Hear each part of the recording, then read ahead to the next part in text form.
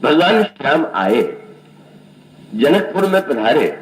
जनकपुर स्वभावतः वह तो भावभूमि है, रसमयी भूमि है।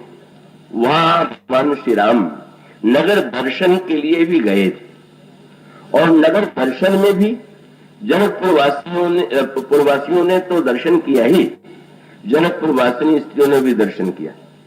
पर दर्शन की तो एक सीमा थी, और वो सीमा यही थी कि श्री राम और लक्ष्मण चले जा रहे हैं, और गोस्वामी जी कहते हैं ज्योति भवन झरोखन लागी, निरखहि राम रूप अनुरागी। अपने अपने भवन के झरोखों से झांक रहे। दर्शन का आनंद तो है। इसका अभिप्राय कि जनकपुर के जो मर्यादा में भवन थे वो झरोखे से रहित नहीं थे। अत्यधिक मर्यादा जब जीवन में आ जाती है तो झरोखे बंद हो जाते हैं, पर उतना कारागार हो जाता है। कारागार में तो खिड़की रखने की आवश्यकता ही नहीं है, पर भवन में तो झरोखा होना चाहिए। तो जनकपुर के भवनों में झरोखा है, मर्यादा का भवन है, और जो जनकपुर वासिनी स्त्रियां हैं वो ज्योति भवन झरोखन लागी, और निरखहि राम रूप अनुरागी। और उस समय उनका जो वार्तालाप है वो बड़ा दिव्य। पर वहां का जो दर्शन है और इस वाटिका का जो दर्शन है उसमें तो बहुत अंतर है। और उसका आनंद होते हुए भी इस वाटिका में जिस दिव्य रस का अनुभव प्रभु को हुआ, श्री किशोरी जी को हुआ, सखियों को हुआ, वह तो अन्यत्र दुर्लभ है। और इसका सीधा साधा तात्पर्य यह है कि आप संत समाज में जाएं, संतों के बीच में बैठे, संतों के रंग में रंगे, और उस समय आपको जो अनुभव होगा वही अनुभव आपको अन्यत्र उतना दिव्य प्रतीत नहीं होगा। इसलिए वह स्वामी जी चुनाव करते हैं, नहीं नहीं बाग ही होना चाहिए। और बाग में भी ऐसा कि जहां पर 12 महीना बसंत है, संतों के पास जाएं, श्रद्धा लेकर के जाएं। और श्री किशोरी जी जब सखियों को लेकर के आई तो उन्होंने पहला काम क्या किया? बोले मज्जन करी सर सखिन समेता।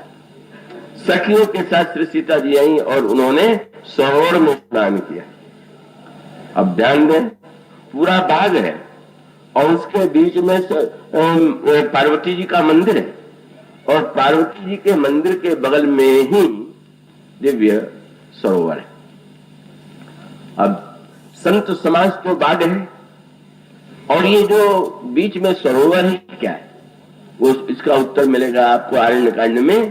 बोले बाधे घाट मनोहर चारी, संत हृदय जस निर्मल बारी। वही निर्मलता की साधना, जहां कृपा निर्मल मति पाओ।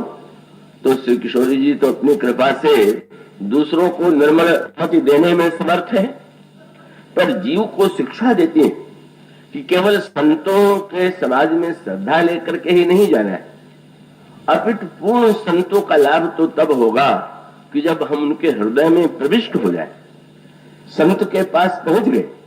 पर ये मानो सरोवर क्या है? संत का ये हृदय। संत हृदय जस निर्मल बारी, जैसे वह सरोवर ऐसा प्रतीत होता है कि संतों का हृदय जैसे निर्मल होता है।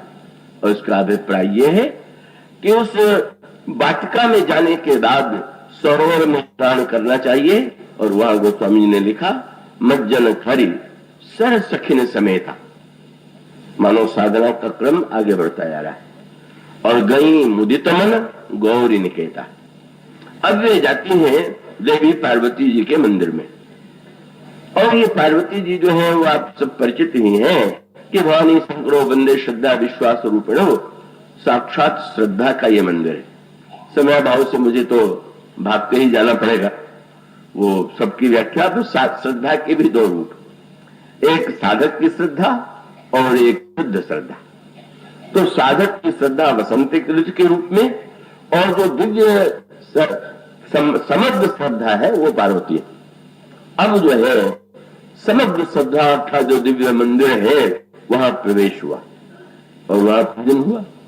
पूजन क्या है? बोले पूजा तीन अधिक अनुरागा। पूजन भगवान को, पूजन की क्या प्रक्रिया है? किन वस्तुओं से पूजा की जानी चाहिए? शास्त्रों में बड़ा सुंदर विधान है। पंचोपचार है, दसोपचार है, सहस्रोपचार है, अनेक अनेक उपचार है। पूछा गया सीता जी ने किन किन वस्तुओं से पार्वती जी की पूजा की। गोस्वामी जी ने कहा वस्तुओं का नाम गिनाने की आवश्यकता नहीं, वहां तो कोई विद्वान आचार्य मंत्र बोल करके पूजा कराने वाले नहीं, तब पूजन कैसे होगा। पूजा पूर्ण अधिक अनुरागा, बस मुख्य वस्तु है। वस्तु क्या क्या है भक्त इसका नहीं है, अनुराग हृदय में है कि नहीं। क्यों, रामायण में स्पष्ट आगे चल करके कह दिया गया, मिला ही न रघुपति बिनु अनुरागा किए कोटि जप जोग विरागा।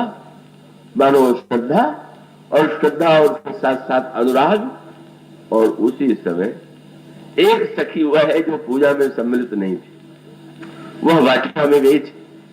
मानो गोस्वामी जी ने सावधान कर दिया, साधना के क्रम का वर्णन तो है, और जिन्होंने पूजा की उन्हें दर्शन तो हुआ, पर सबसे पहले उस सखी को दर्शन हुआ जो पूजन में सम्मिलित नहीं थी, अपितु वाटिका में गई भी थी। इसका क्या अर्थ हुआ। मानो साधना के साथ एक बहुत बड़ा भय, जो जो साधना और सत्कर्म करते हैं उनमें एक सात्विक अभिमान आए बिना नहीं रहता कि मुझ में इतनी साधना है। तो मानो इस प्रसंग में उसका निराकरण कर दिया गया। साधना करते हुए भी ये न मान लीजिए कि ईश्वर आपको ही पहले मिल जाएगा। क्या पता पूजा करने वालों से पहले न पूजा करने वाले से मिल जाए, ये उसकी मौज पर निर्भर है। ईश्वर किसी नियम की सीमा में बंधा हुआ नहीं है, और वह मानो जिसकी चर्चा कल आप सुन रहे थे, कृपा। अब उस सखी को जो श्री राम का दर्शन हो गया, का वो तो क्रमिक दर्शन नहीं है। गोस्वामी जी का दोनों ही पक्ष चल रहा है, एक और साधना का पक्ष और दूसरी ओर कृपा का पक्ष।